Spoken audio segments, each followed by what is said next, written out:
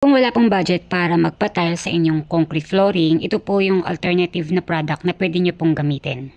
So ito pong floor coating na rubberized floor paint, very popular siya sa mga basketball courts and other recreation and sport usage. Sa industrial uses naman, pwede po siya sa mga marine uses and pwede rin po siya sa mga prime concrete walls at sa mga steel surfaces at sa mga concrete floors.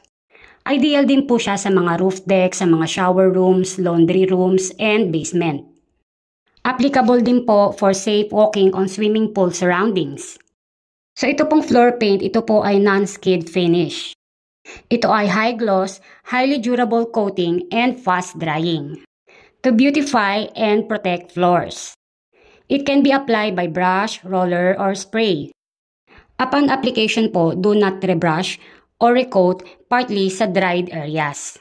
Mag-recoating po kayo after 1 hour. And totally matutuyo siya fully dried overnight. Ang coverage area niya po is 4 to 5 square meters per 1 liter depending on surface porosity kung medyo rough po yung floors or yung walls. So mas effective po itong gamitin when applied over epoxy primer para sa mga concrete floors at concrete walls at redoxide naman para sa steel. At pwede rin po siyang gamitin sa kahoy, sa bakal, and sa concrete walls. So all-purpose paint po siya.